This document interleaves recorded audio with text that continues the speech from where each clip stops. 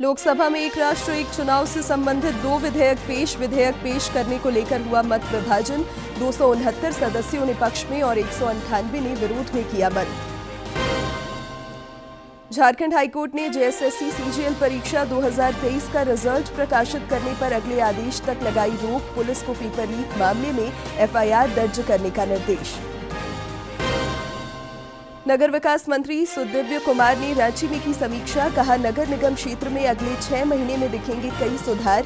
Right to service act के तहत हर काम की तय होगी समय सीमा। और सरायकेला खरसावा पुलिस ने दिखाया कमाल। 70 मोटरसाइकिल के साथ 4 चोर गिरफ्तार। गम्हरिया के चर्चित सोनू सरदार हत्याकांड का भी खुलासा, 5 गिरफ्तार।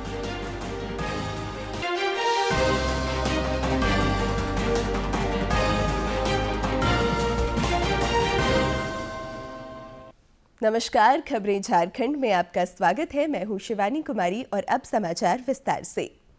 एक राष्ट्र एक चुनाव से संबंधित दो विधेयक आज लोकसभा में पेश किए गए। केंद्रीय विधि मंत्री अर्जुन राम मेघवाल ने 129वां संविधान संशोधन विधेयक 2024 और केंद्र शासित प्रदेश विधि संशोधन विधेयक 2024 सदन के पटल पर रखा। विधि मंत्री ने जैसे ही विधेयक सदन में पेश किए तो विपक्षी दलों ने मत विभाजन की मांग की। 269 सदस्यों ने विधेयक पेश किए जाने के पक्ष में और 198 सदस्यों ने इसके विरोध में मत किया। श्री मेघवाल ने विपक्षी दलों के आरोपों का खंडन करते हुए कहा कि ये विधेयक संविधान की मूल संरचना के खिलाफ नहीं है। नियम 74 है जिसमें मैं एप्रोप्रिएट जो मोशन ला करके और जेपीसी के गठन का प्रस्ताव निश्चित रूप से करूंगा। निश्चित रूप से जेपीसी के गठन का प्रस्ताव करूंगा। रूल 74 के तहत जेपीसी के गठन का प्रस्ताव है और सरकार की इच्छा भी है। भाजपा के प्रदेश प्रवक्ता प्रतुल नाथ शाहदेव ने संसद में पेश एक राष्ट्र एक चुनाव विधेयक का स्वागत किया है। उन्होंने कहा कि देश में एक साथ चुनाव होने से समय की बचत होगी और विकास कार्यों में तेजी आएगी। लोकसभा की संयुक्त समिति ने भी इसको 1999 में इस पर सहमति दी थी, तो काफ़ी दिनों से इस पर चर्चाएं चल रही हैं। और कोविंद साहब ने तो जो राजनीतिक दल हैं, जो रजिस्टर्ड स्टेट या नेशनल लेवल पर, उनसे भी बातचीत की थी। 32 राजनीतिक दलों ने इस पर सहमति दी थी, 15 ने विरोध किया था। और झारखंड मुक्ति मोर्चा और राष्ट्रीय जनता दल जैसे लोग जो आज विरोध कर रहे हैं वो खामोश रह गए थे। उन्होंने तो कमेटी के पत्र का जवाब भी नहीं दिया था। तो हमारा मानना है कि विकास कार्य अवरोध न हो, लगातार कहीं ना कहीं मॉडल कोड ऑफ कंडक्ट नहीं लगा रहे और हजारों करोड़ के खर्चे से अगर बचाना है तो वन नेशन वन इलेक्शन ही इसका एकमात्र उपाय है। भाजपा के राष्ट्रीय अध्यक्ष एवं केंद्रीय मंत्री जेपी नड्डा ने राज्यसभा में संविधान पर चर्चा के दौरान विपक्ष पर हमला बोलते हुए कहा कि तपस्या से शरीर में गर्मी नहीं आती है, चित्त शांत होता है। इससे लक्ष्य साफ होता है। लक्ष्य तभी साफ होता है जब नियत साफ होती है। नियत साफ होती है तो नीति साफ होती है और देश आगे बढ़ता है।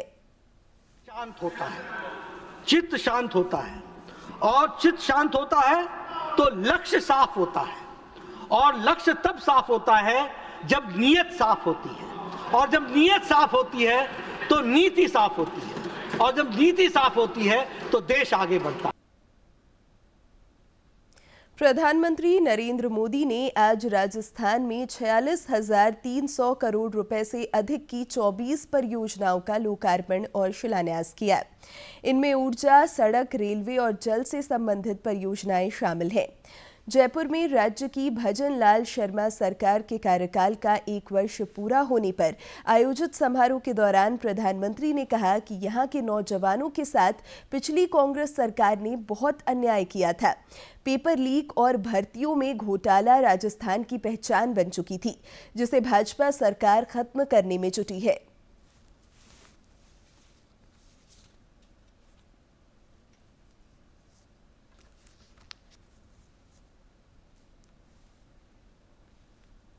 के बाद भारत के जनता ने तीसरी बार केंद्र में सरकार बनाई है। लगातार तीसरी बार हमें देशवासियों की सेवा करने का अवसर दिया है, आशीर्वाद दिए हैं। अभी कुछ दिन पहले ही महाराष्ट्र में भाजपा ने लगातार दूसरी बार सरकार बनाई और चुनाव नतीजों के हिसाब से देखें तो वहां भी ये लगातार तीसरी बार बहुमत मिला है। वहां भी पहले से कहीं अधिक सीटें भाजपा को मिली है। इससे पहले हरियाणा में लगातार तीसरी बार भाजपा की सरकार बनी है। हरियाणा में भी पहले से भी ज्यादा बहुमत लोगों ने हमें दिया है।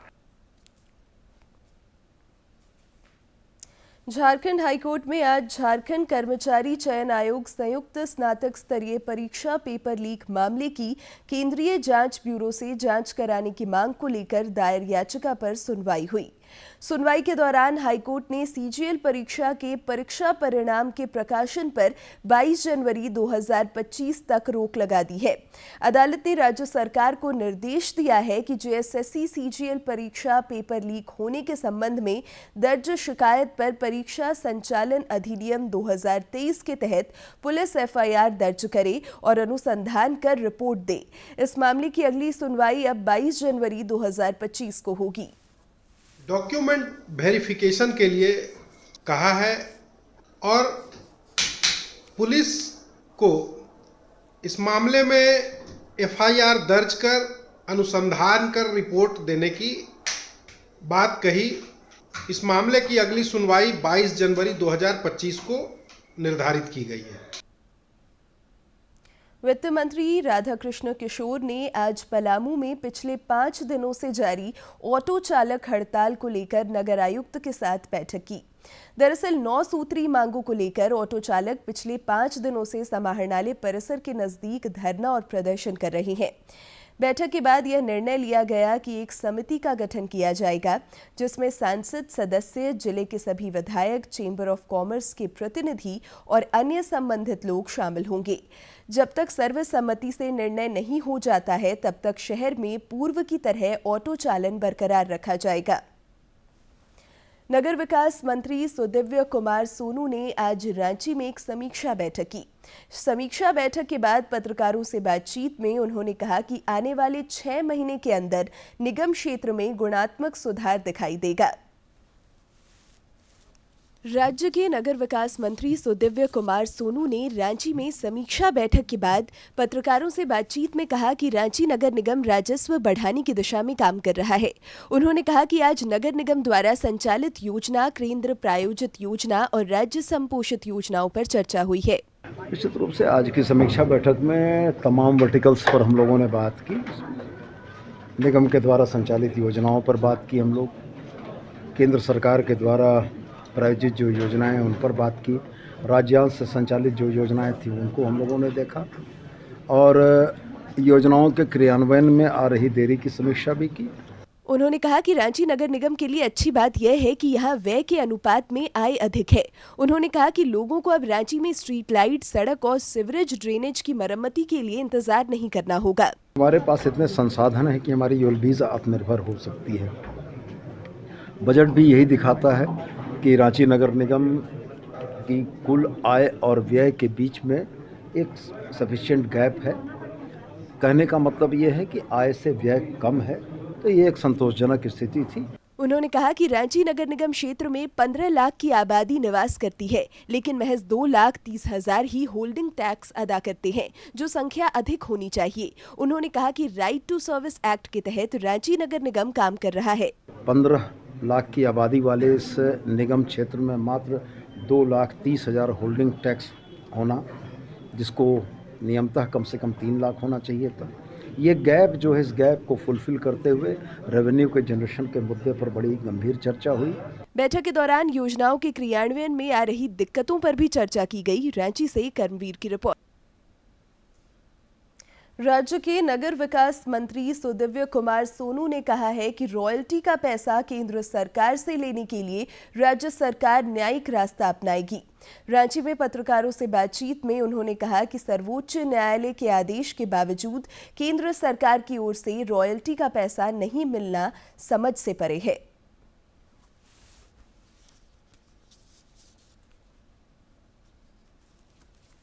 मेरा यह मानना है कि 9 सदस्यीय संविधान पीठ ने जब झारखंड के दावे पर मुहर लगाई है और सरकार ने राज्यपाल के अभिभाषण में अपनी मंशा को स्पष्ट किया है कि 1,36,000 करोड़ के बकाये को लाए जाने के लिए हम लोग न्यायिक रास्ता भी अख्तियार करेंगे, तो निश्चित रूप से न्यायिक रास्ता अख्तियार होगा। सदन में कौन बोल रहे हैं, किस आधार पर बोल रहे हैं, वो उनका विषय है, आप उनसे बेहतर पूछें। लेकिन हम ये जानते हैं कि झारखंडियों के हक का पैसा जो भारत सरकार के पास मौजूद है, वह पैसा हर हालत में हम लोग लेंगे।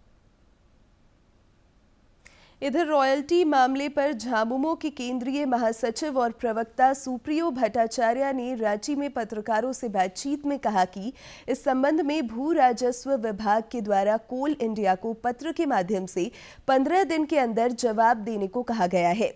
उन्होंने कहा कि हमारी सरकार झुकने वाली नहीं है। झारखंड में कार्यरत कोयला कंपनियां पहले राज्य सरकार को पैसा दे, उसके बाद खनन करे। हमारे भूखंड से जो रेलवे जाता है उसमें जो माल ढुलाई होती है उसका भी फ्रेट पर अब हम अपना रॉयल्टी लेंगे।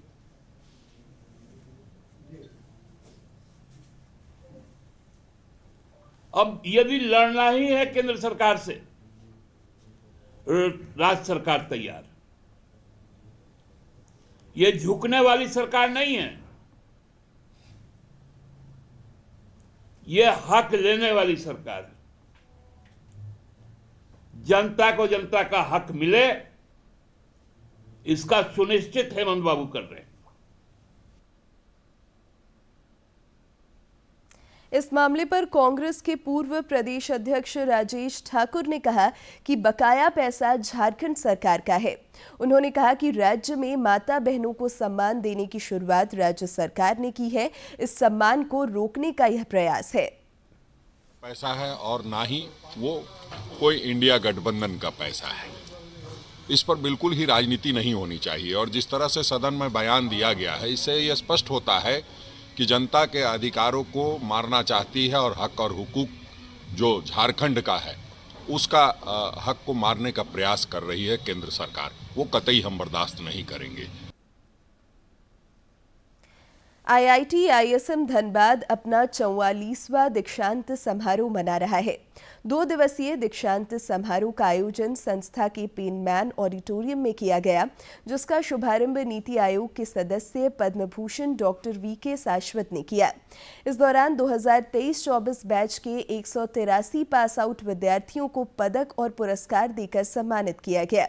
छात्रों को संबोधित करते हुए डॉक्टर वीके शाश्वत ने कहा कि आईआईटी धनबाद अपनी स्थापना से ही खनन शिक्षा में अग्रणी रहा है। Experienced faculty members are dedicatedly contributing to the path-breaking research, especially in the fields of hydrogen storage and transportation, coal bed methane, carbon capture, and rare earth elements. I am sure that state-of-the-art research facilities at IIT ISM and its industry-academia collaboration will guide the young mind. Family का जो support था, खास करके मेरे husband का, मेरे mummy papa का, मेरे सास ससुर का, सब लोगों का इक्वल मतलब कि कंट्रीब्यूशन है कि उन्होंने मेंटली, फिजिकली, फाइनेंशियली हर तरह से मुझे सपोर्ट किया। तो क्योंकि उनका सपोर्ट था पीछे, उनका आशीर्वाद था, यहाँ तक मैंने ये सक्सेस मुझे आज मिला। मैं बहुत ज़्यादा खुश हूँ। सरायकेला खरसावा पुलिस को एक बड़ी कामयाबी मिली है, जहां पुलिस ने एक बड़े ऑपरेशन के तहत अंतर जिला मोटरसाइकिल चोर गिरोह का पर्दाफाश किया है। इस मामले में कुल 70 मोटरसाइकिलों की बरामदगी हुई है, जो विभिन्न जिलों से चुराई गई थी। पुलिस अधीक्षक मुकेश कुमार लोनायत ने बताया कि इस गिरोह के 4 शातिर अपराधियों को गिरफ्तार भी किया है। इनमें 2 रांची, 1 खूंटी और 1 सरायकेला खरसावा जिले का रहने वाला है। खूंटी जिला के अड़की थाना के मंगल मुंडा और कुचाई थाना के दलबंगा ओपी क्षेत्र के रहने वाले शिव मुंडा को दे दिया करते थे, जो इन बाइक को बेचने का कार्य करते थे। पुलिस द्वारा त्वरित कार्रवाई करते हुए शिव मुंडा और मंगल मुंडा को गिरफ्तार किया गया और इनके बताए अनुसार कुल 69 और बाइक को बरामद किया गया। इस प्रकार छापामारी दल द्वारा अब तक कुल 4 गिरफ्तारियां की गई हैं और चोरी की 70 बाइक को बरामद किया गया है। राजधानी रांची में स्कूली छात्राओं के साथ छेड़खानी के मामले में पुलिस ने बड़ी कार्रवाई की है। आईजी ने इस मामले में कार्रवाई करते हुए 4 पुलिसकर्मियों को सस्पेंड किया है। सूत्रों से मिली जानकारी के अनुसार जिन पुलिसकर्मियों पर गाज गिरी है उनमें कोतवाली थाना के एक एसआई एवं मुंशी और महिला थाना के एक एसआई और मुंशी शामिल हैं। सरायकेला खरसावा पुलिस ने गम्हरिया के चर्चित सोनू सरदार हत्याकांड की गुत्थी सुलझा ली है। इस मामले में 5 अपराधियों को गिरफ्तार किया गया है, जबकि हत्याकांड का मास्टरमाइंड कहा जाने वाला बिरबल सरदार और एक अन्य आरोपी लखीचरण नायक की पुलिस को अभी तलाश है। मालूम हो कि बीते शुक्रवार की देर रात एक कार्यक्रम से लौटने के क्रम में अपराधियों ने सोनू सरदार की गोली मारकर हत्या कर दी थी। एक विशेष छापामारी दल का गठन किया गया। इनसे छापामारी दल के द्वारा मानवीय और तकनीकी आसूचनाओं और परिस्थितिजन्य साक्ष्यों के आधार पर घटना का उद्भेदन करते हुए घटना में संलिप्त 5 अपराध कर्मियों को गिरफ्तार किया गया है और साथ ही इनकी निशानदेही के आधार पर घटना में प्रयुक्त एक लोडेड पिस्टल 7.65 mm का 4 जिंदा गोली, पिस्टल का एक खाली मैगजीन, घटना में प्रयुक्त लोडेड देसी कट्टा का जिंदा गोली और घटना में प्रयुक्त 3 वाहन को भी बरामद किया गया। इस घटना में 2 अन्य अपराध कर्मियों को भी संलिप्तता है, जिसकी छापामारी हेतु छापेमारी दल के द्वारा भी छापामारी की जा रही है और जल्द ही उनकी गिरफ्तारी सुनिश्चित होगी। धनबाद स्थित शहीद Nirmal Mahato medical college purchase committee में शामिल 2 कर्मियों पर लगे अनियमितता के आरोप की जांच शुरू हो गई है। इस संबंध में धनबाद पहुंचे स्वास्थ्य विभाग के क्षेत्रीय उपनिदेशक डॉक्टर सिद्धार्थ सान्याल ने मामले की जांच पड़ताल की। सांसद ढुल्लू महतो ने परचेज कमेटी में धांधली एवं लंबे समय तक एक ही स्थान पर जमे 2 कर्मियों की शिकायत विभाग से की थी। डॉक्टर सिद्धार्थ ने बताया कि तमाम आरोपों की बारीकी से जांच पड़ताल की गई है और रिपोर्ट विभाग को सौंपी जाएगी। ऐसा नहीं कि परचेज में सिर्फ एक ही व्यक्ति परचेज कर रहा है, ऐसा नहीं, पूरे उस संस्थान के पूरे टीम इन्वॉल्व हो जाते हैं। मतलब जांच चल रही है भैया। प्रधानमंत्री नरेंद्र मोदी आगामी 29 दिसंबर को आकाशवाणी पर मासिक मन की बात कार्यक्रम में देश विदेश के लोगों के साथ अपने विचार साझा करेंगे। आम लोग इस कार्यक्रम को लेकर विचार और सुझाव टोल फ्री नंबर 1800-117800 पर दे सकते हैं। नरेंद्र मोदी ऐप या माईगॉव ओपन फोरम पर भी विचार साझा किए जा सकते हैं। और अब कुछ खबर राज्य के विभिन्न जिलों से।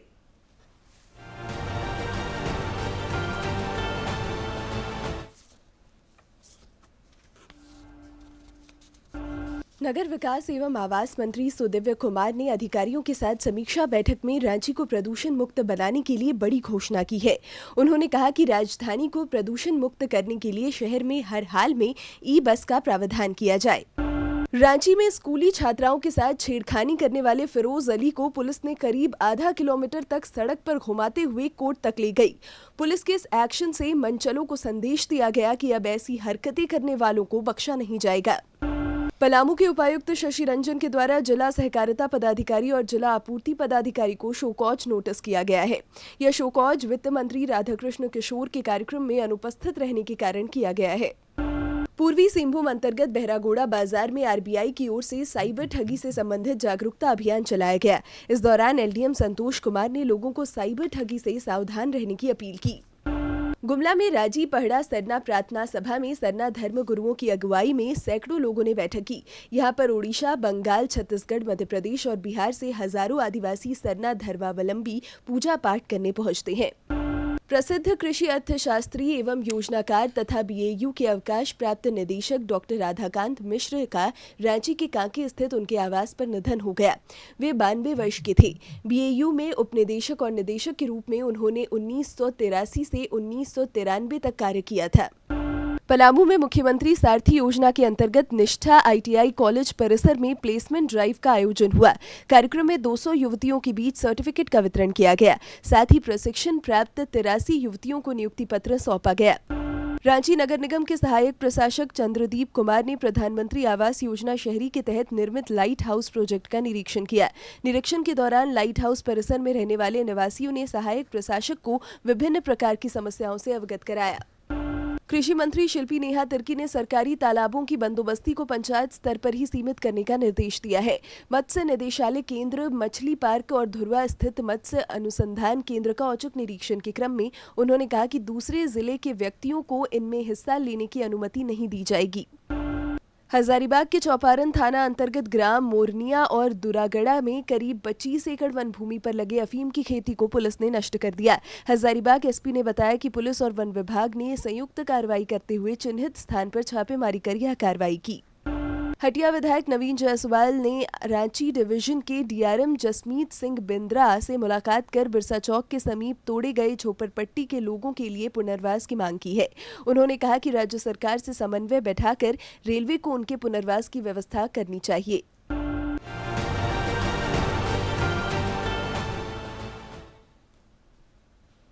जमशेदपुर के गोपाल मैदान में आज से 5 दिवसीय NTPC senior national archery championship की शुरुआत हुई।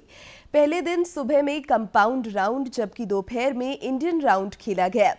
भारतीय आर्चरी टीम की कोच और झारखंड आर्चरी एसोसिएशन की सचिव पद्मश्री पूर्णिमा महतो ने कहा कि आज और कल होने वाले विभिन्न मुकाबलों के बाद 19 और 20 दिसंबर को फाइनल मैच खेला जाएगा।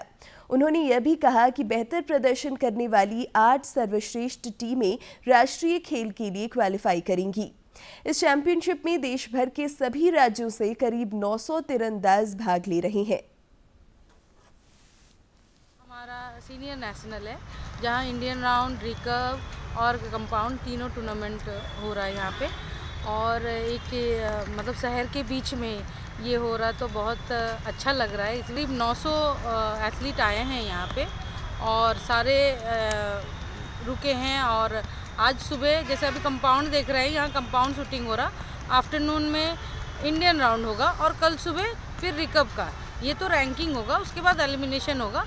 फाइनल इसका 19 और 20 को है। जमशेदपुर में गोल्फ के भी बड़े खिलाड़ियों का जमावड़ा लगा। गुलमुरी गोल्फ क्लब में टाटा स्टील टूर चैंपियनशिप का उद्घाटन पीजीटीआई के अध्यक्ष एवं भारतीय क्रिकेट टीम के पूर्व कप्तान कपिल देव और पूर्व मुख्यमंत्री अर्जुन मुंडा ने संयुक्त रूप से किया। इस दौरान कपिल देव ने कहा कि जमशेदपुर वे कई बार क्रिकेट खेलने आ चुके हैं, लेकिन पहली बार वे गोल्फ खेलने पहुंचे हैं। Tata steel, one can say Tata Steel City, wonderful. They are hosting for so long and proud to be here. आज क्रिकेट के लिए नहीं आया हूँ, गोल्फ के लिए आया हूँ। बहुत बार यहाँ क्रिकेट आकर खेली इस शहर में। I just want to say that interest in golf देख के लोगों के बीच में बहुत अच्छा लगा। ये 4 दिन का गेम है और 1 दिन का प्रोग्राम है जो आज चल रहा है। टूर्नामेंट हमारा परसों शुरू होगा 19 से लेकर 22 तारीख तक। इसमें हमारे टॉप 60 जो प्लेयर्स हैं पूरे साल के, जो डिटर्मिन्ड टॉप 60 होते हैं, वो एलिजिबल हैं और इनवाइट्स। सो हमारे सारे high rank and top rank players इस हफ्ते हैं जो भी हमारे टॉप 60 रैंकिंग के हैं। तो सारे देश का ये बहुत गर्व का मोमेंट है कि हिंदुस्तान के टॉप गोल्फर्स और लेजेंड कपिल देव एक ही जगह में गोल्फ खेलते हैं। जमशेदपुर के लोगों का, जमशेदपुर के स्पोर्ट्स फैंस का, जमशेदपुर के स्पोर्ट्स लवर्स का, क्रिकेट लवर्स का, आई थिंक ये हफ्ता बहुत अच्छा गुजरेगा। और अब बात मौसम की। रांची समेत राज्य भर में कड़ाके की ठंड पड़ रही है। पिछले 24 घंटे के दौरान रांची के कांके का न्यूनतम तापमान 3.3 डिग्री, जबकि मैक्लुस्कीगंज का न्यूनतम तापमान 2 डिग्री सेल्सियस पर पहुंच गया है। रांची स्थित मौसम विज्ञान केंद्र ने कहा है कि अगले 4 दिनों तक ठंड से कोई राहत मिलने की उम्मीद नहीं है। केंद्र के अनुसार 20 और 21 दिसंबर को राज्य के कुछ क्षेत्रों में बारिश की भी आशंका है। और अब एक नजर डालते हैं प्रमुख शहरों के आज के तापमान पर। राजधानी रांची का अधिकतम तापमान 24.8 और न्यूनतम 9 डिग्री सेल्सियस रिकॉर्ड किया गया। जमशेदपुर का अधिकतम तापमान 27 और न्यूनतम 9.5 तथा डाल्टनगंज का अधिकतम तापमान 25.7 और न्यूनतम तापमान 7.5 डिग्री सेल्सियस रिकॉर्ड किया गया। प्रसार भारती ने OTT प्लेटफॉर्म के क्षेत्र में कदम रखते हुए हाल ही में वेव्स की शुरुआत की है। यह डिजिटल मीडिया और OTT दर्शकों को एक संपूर्ण इंफोटेनमेंट इकोसिस्टम देता है। कदम रखते हुए हाल ही में वेव्स की शुरुआत हुई है। यह डिजिटल मीडिया और OTT दर्शकों को एक संपूर्ण इंफोटेनमेंट इकोसिस्टम देता है। अगर आपको भी चाहिए फ्री में शानदार कंटेंट तो आज ही डाउनलोड करें। QR कोड के जरिए भी वेव्स ऐप डाउनलोड की जा सकती है। तो प्रसार भारती का नया OTT प्लेटफॉर्म वेव। एक नजर डालते हैं आज के इतिहास पर।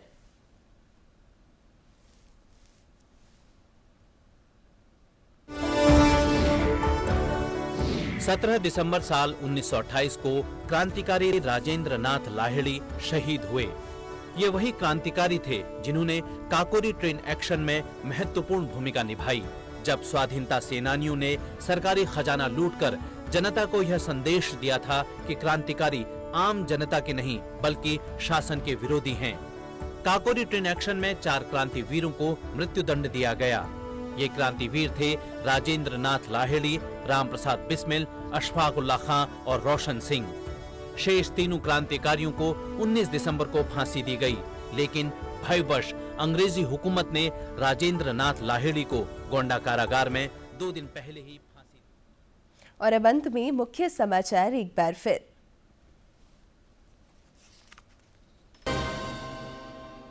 लोकसभा में एक राष्ट्र एक चुनाव से संबंधित 2 विधेयक पेश करने को लेकर हुआ मत विभाजन। 269 सदस्यों ने पक्ष में और 198 ने विरोध में किया मत। झारखंड हाईकोर्ट ने JSSC CGL परीक्षा 2023 का रिजल्ट प्रकाशित करने पर अगले आदेश तक लगाई रोक। पुलिस को पेपर लीक मामले में FIR दर्ज करने का निर्देश। नगर विकास मंत्री सुदिव्य कुमार ने रांची में की समीक्षा। कहा, नगर निगम क्षेत्र में अगले 6 महीने में दिखेंगे कई सुधार। राइट टू सर्विस एक्ट के तहत हर काम की तय होगी समय सीमा। और सरायकेला खरसावा पुलिस ने दिखाया कमाल, 70 मोटरसाइकिल के साथ 4 चोर गिरफ्तार। गम्हरिया के चर्चित सोनू सरदार हत्याकांड का भी किया खुलासा, 5 गिरफ्तार।